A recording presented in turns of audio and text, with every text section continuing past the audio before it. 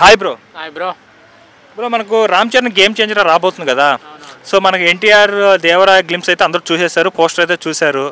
But Ram Charan బర్త్డేకి last year ఒక poster అయితే రిలీజ్ చేశారు. తర్వాత ఎలాంటి అప్డేట్ లేదు, సాంగ్ రిలీజ్ అవుతున్నారు, పోస్ట్ పోన్ అవుతూ వస్తుంది. సో మీరు గ్లిమ్స్ కోసం వెయిట్ చేస్తున్నారా? ఖచ్చితంగా చెప్తున్నా, రామ్ చరణ్ అంటే గ్లోబల్ స్టార్. ఇప్పుడు 1200 కోట్లు కొట్టి ఆకలితో వేటాడుతున్నాడు. ఇప్పుడు పక్కా చెప్తున్నా. మళ్ళీ ఇక్కడ శంకర్ డైరెక్టర్ అంటే ఆ రోబో సినిమా గుర్తుకొస్తుంది. సినిమా మాత్రం పక్కా బ్లాక్ బాస్టర్ హిట్ మాత్రం కొట్టబోతున్నాడు. ఆ సినిమాని చూస్తుంటేనే నాకు అనిపిస్తుంది మొత్తం ఇదొక వరల్డ్ సృష్టించి, ఇప్పుడు బాహుబలి ఒక వరల్డ్, కేజీఎఫ్ ఒక వరల్డ్ కదా, ఇదొక వరల్డ్ పక్కా అయ్యేటట్టుంది. అందులో ఇక రామ్ చరణ్ గురించి చెప్పనవసరం లేదు. ఒక రాజసింహం, ఒక మగధీరుడు, ఒక రచ్చ అట్లా లేపబోతున్నాడు. పక్కా రచ్చ లేపుతాడు.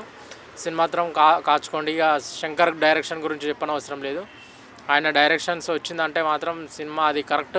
ఇప్పుడు రాజమౌళితో సినిమాలు చేస్తే పక్క 3 ఫ్లాప్లు ఉంటాయని అంటారు, కానీ రామ్ చరణ్కు అలాంటిది ఏం జరగదు. ఎందుకంటే గల్లా ఎగరేసుకొని చెప్తున్నా, రామ్ చరణ్ అభిమానిగా ఖచ్చితంగా చెప్తున్నా. రామ్ చరణ్ ఫ్యాన్స్ కాసుకోండి, పక్కా గల్లా ఎగరేసుకుంటారు పక్కా ఈ సినిమాతోటి. అలాగే సో దేవరా గ్లిమ్స్ కూడా హైలైట్ అనిపించింది. ఇప్పుడు ఎన్టీఆర్ ఫ్యాన్స్ కూడా గ్లిమ్స్ ఎలా ఉంటుంది అని ట్రై చేస్తారు. ఎలా ఉండబోతుంది అనుకుంటే నాకైతే కొంచెం ఏదో ఇట్లా షూట్ తోటి కనబడ్డాడు బాగా. అంటే బాగా ఏదో కంపెనీస్కు దాంట్లో సీఈఓ లేక. ఇప్పుడు మాత్రం నాకు తెలిసినంత మాత్రం కేజీఎఫ్లో సీఈఓ అన్నట్టు ఇప్పుడు మన టాలీవుడ్కు సీఈఓ అన్నట్టు అనిపిస్తుంది.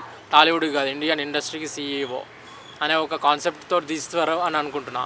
అలాగే గేమ్ చేంజర్ టైటిల్ అనిపించినప్పుడు ఆ గేమ్ చేంజర్ టైటిల్ పడుతుంది కదా, ఎత్తుకు పై ఎత్తు అన్నట్టు ఉంటుంది కదా. సో ఎలా అనిపించింది? మేబీ గేమ్ చేంజర్ అంటే ఏదన్నా గేమ్స్ పరంగా కానీ ఏదన్నా దీని మేబీ ఉండొచ్చేమో అనుకుంటున్నా. కానీ ఏ రంగంలో అయినా సరే మాత్రం రామ్ చరణ్ మాత్రం ఖచ్చితంగా ఇరగదీస్తాడు. ఇది మాత్రం కాసి పెట్టుకోండి. ఎందుకంటే ఒక మగ్గధీర మాత్రం అది ఏ హీరో కూడా సాధ్యపడదు. మళ్ళీ అల్లూరి సీతారామరాజు కానీ నువ్వు అందులో అమీర్ ఖాన్ ఊహించుకో, షారుఖ్ ఖాన్ ఊహించుకో, ఎవడు తీయలేడు.